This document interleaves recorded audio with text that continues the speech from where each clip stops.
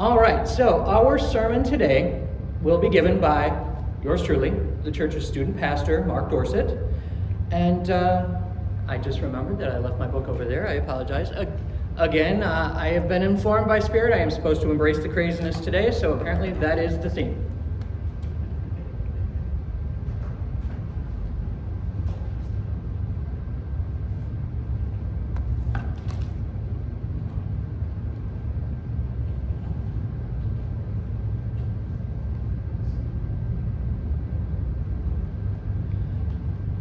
Today, in spiritualist churches around the globe, congregations just like ours, although maybe not quite as attractive as we are, they are reciting the 9 principles of spiritualism.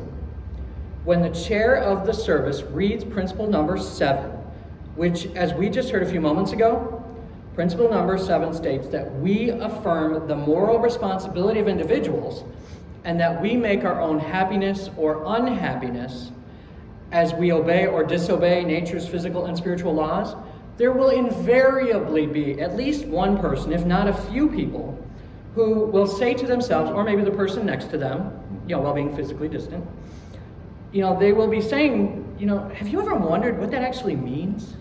What do they mean when they talk about nature's physical and spiritual laws? What are nature's physical and spiritual laws? How do we obey or disobey them? Can't someone just create a sermon for the express purpose of explaining what nature's physical and spiritual laws are? Well, you know what? I'm glad you asked, because you're about to hear the next 15 minutes of me explaining nature's physical and spiritual laws.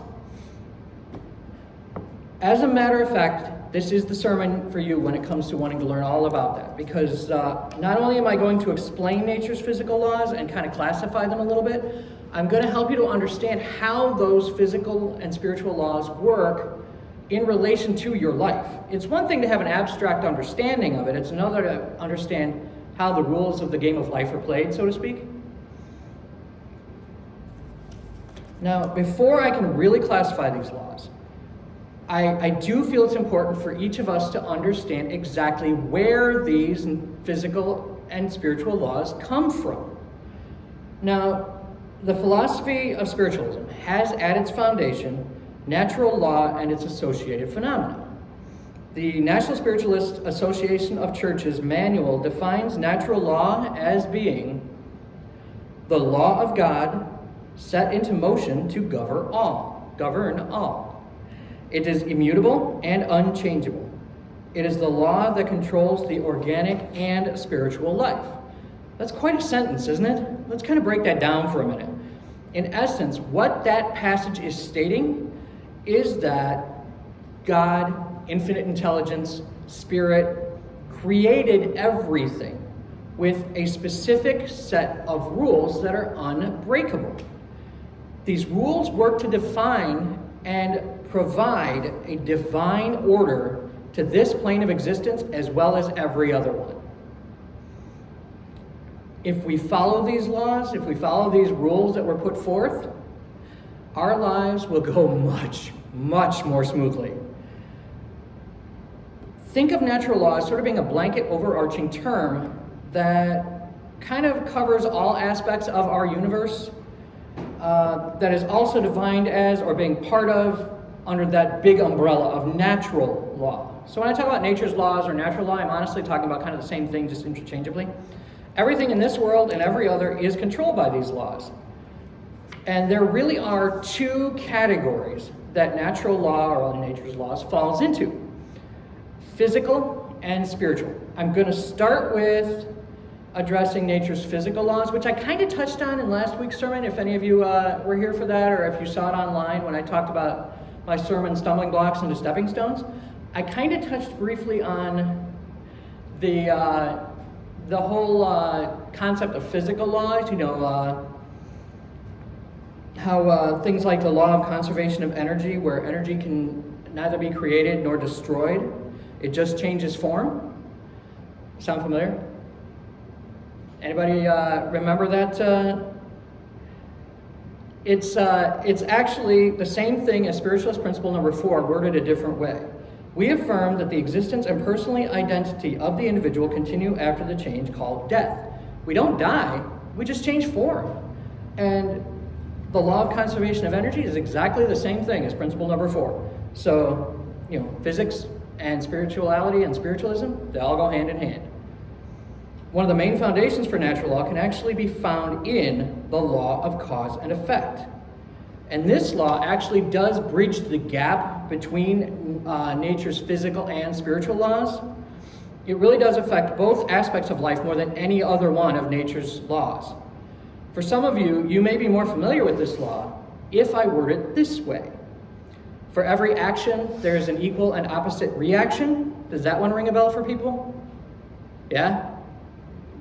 All right. That's right. Ding, ding, ding. That's Newton's third law. For every action, there's an equal and opposite reaction, but also in the law of spiritualism, it's actually found there. And personally, I see this as being one more validation, again, that science and spirituality can walk hand in hand towards the light of truth. We may have also heard of the law of cause and effect being described by the term karma. That's one a lot of people are also familiar with. That is a little bit more of a blanket term, but it's also very similar to what I'm describing right now. And this law is one that in a lot of ways we actually do have some control over. Believe it or not, the law of cause and effect, we have a little bit of control over it. Now, think of this law as being the one that is most closely associated with the gift of free will. Notice I said the gift of. We have all been given the opportunity to make choices in our lives, to make stumbling blocks or stepping stones. We all have that ability to set events in motion and to create dominoes that fall before us. Or if you want to think of it this way, think of it as being pebbles in a pond that all ripple out. Your actions will ripple out to the universe around you. Now, the next two laws that I'm going to be addressing both tie into the law of cause and effect. You have the law of compensation, which Ralph Waldo Emerson, he actually defined the law of compensation as being payment for services rendered or injuries suffered. Essentially, sooner or later, we're going to get what we earned, what we've earned for ourselves, especially when we're talking more about positive things. This is more about the positive side. If we've caused problems for others, especially if we've done it intentionally, we will also, have that sort of a retribution in kind. And that is actually, the law of retribution is our next one. It can be seen as the more negative side of that coin from the law of compensation. This is what goes around, comes around. We've all seen that before. If you've done something to injure another person, guess what? It's coming back towards you. The law of cause and effect, the law of compensation, and the law of retribution, they all work together. And they really do point to the importance of focusing on doing positive things for others.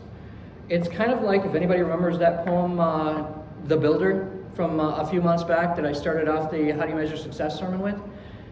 It's like that. If you do the right thing with the right intention, good things, believe it or not, good things will come your way, even if it doesn't always feel like it. And along the lines of, and working with, the previous laws is the law of truth. Essentially, this is referring to the sense of right and wrong. Think of this law as being the even more spiritual version of Jiminy Cricket sitting on your shoulder, kind of acting as your conscience. This law encourages us to search for a greater awareness of how the universe operates and encourages us to make choices that will benefit more than just ourselves. What a concept, huh? Out there helping other people? The law of attraction. I know everybody's kind of aware of that one. Like attracts like. Or if you want to think of it this way, birds of a feather flock together. People of a similar vibration or a similar mindset will find each other. They will tend to gravitate together. And it's kind of much like the wonderful people I'm looking at today. All of us wonderful like-minded people have kind of gravitated together to be here today. That also illustrates the importance of keeping a positive mindset to help you to keep attracting more positivity, more positive people into your life. And following the law of attraction, but also tying into it, is the law of thought. Essentially, this law refers to the power of focus. Because energy follows focus, and all of our thoughts do go out into the universe, And they've actually done studies where they have measured brain waves outside of your physical mind, outside of your brain.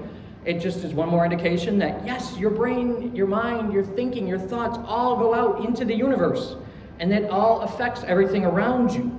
So it is of the utmost importance to be mindful of what you are focusing on. So I do kind of hope you've started to notice a bit of a trend in what I've been talking about with nature's laws so far, that they all work harmoniously together to kind of bring an order to the universe, an order to everything in existence. And that actually does bring me to the law of harmony. The law of harmony states that all motion in the universe is regulated by a specific flow. Understanding that everything in this universe, in every universe, flows from one state of being to another really does help you to understand how you can attract what it is you're focusing on. Working closely now with the law of harmony, the law of vibration. This law works actually very closely with the law of attraction as well as the law of harmony. And in my experience, the law of vibration really is kind of the most powerful or the most significant of nature's laws to us, because everything is energy. Think of Einstein, E equals mc squared. Everything is energy. Everything vibrates to a specific frequency. This law happens to be in constant motion. As we vibrate and as we attract things and change our vibrational flow, it also changes. So by focusing on a specific outcome, when I'm talking about thoughts or things, by vibrating that intention out there to the universe, you're aligning yourself and you're aligning your awareness to that, to make it come to you. Just like what I said, energy follows focus. So you want to focus on the positives. And the law of vibration, along with the law of love, they're all incredibly important to the practice of mediumship. Both of those are phenomenally important. Why would that be? Anybody have an idea just why the law of love would matter at all to mediumship? Okay, I'll answer it for you. Because if our loved ones in spirit, if our higher guidance, if they didn't love us, why would they care to try and connect with us? Why would they worry about trying to communicate with us? They wouldn't. So because of the law of love and the law of vibration, they love us. They want to see us happy. They want us to know that they're happy. And so they will use the law of vibration to connect with each of us, especially with someone who's a medium. What our loved ones in spirit are doing, what our own higher guidance is doing, is using the law of vibration to lower their vibrational energy at the same time that we raise our vibrational energy and connect with each other. And think of it as being love being the carrier wave for that information, just like a radio wave works for a ham radio. Love is the carrier wave for all of that information. And honestly, I think that the law of love is also phenomenally important because it's the creative force of all life. If you think about that, love is what drives everything deep down. This is also a law that in my personal experience really is the most important. And I know I talked about that with mediumship, and it really is. It's the only reason they reach out to us and expend all that energy. Now, speaking of loved ones in spirit, and speaking of how they go on after, our physical change called death, the law of continuity states that there is no break between the physical and spiritual worlds. When we physically die, our eternal part of ourselves changes form and continues to exist without interruption. This law essentially says that everything continues from the physical plane on about the middle of the spectrum, from the physical plane all the way down to, on the highest end of the vibration, is where the spiritual plane is and where infinite intelligence is. And that law directly ties into principle number 4, which, as we heard earlier, but I'm going to refresh your memory, we affirm that the existence and personal identity of the individual continue after the change called death. And I would be remiss if I did not conclude this explanation of some of nature's spiritual laws by speaking about the golden rule. This law has been expressed an amazing number of times by just various cultures throughout history. If you think back to just about every religion in history, they've had their own version of the Golden Rule, which essentially states, treat others the way that you would like to be treated. So, it's such a wonderfully simple law that a lot of people seem to have a difficult time putting into practice, but you know what? It's completely worth it.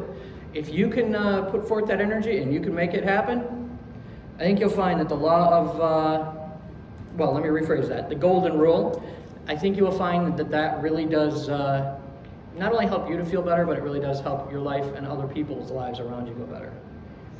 Now, I'm sure you've realized that each of these laws, and actually there are over 100 of these laws that have been discovered. Could you imagine if I actually tried to explain them all here today? You'd all be laying on the pews asleep. Each of these natural laws knit together to create the fabric of the universe and to keep everything on every plane of existence moving forward in an orderly fashion.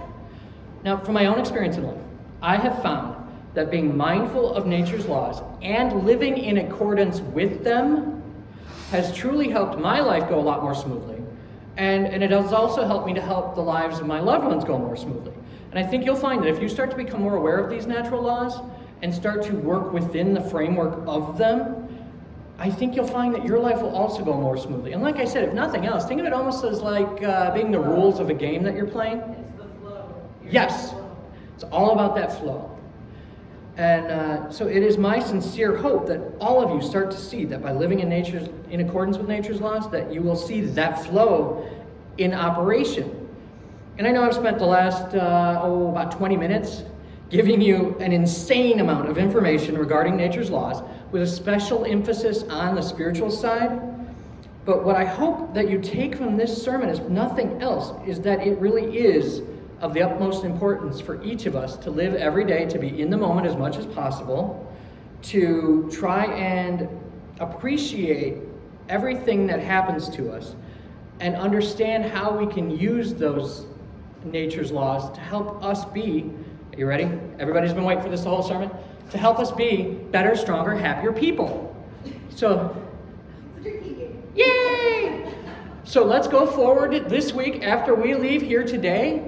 I want you to hopefully leave inspired and hope that you find nature's laws to be helpful, to be working with them, and that you can use them to make your life go more smoothly. And I know I say that a lot, but really, isn't that something we all kind of need right now? Is anything that we can do to help us make our lives go more smoothly? So when we are done today, go forth and live in the moment and live within nature's laws. I think you'll find it works. Thank you.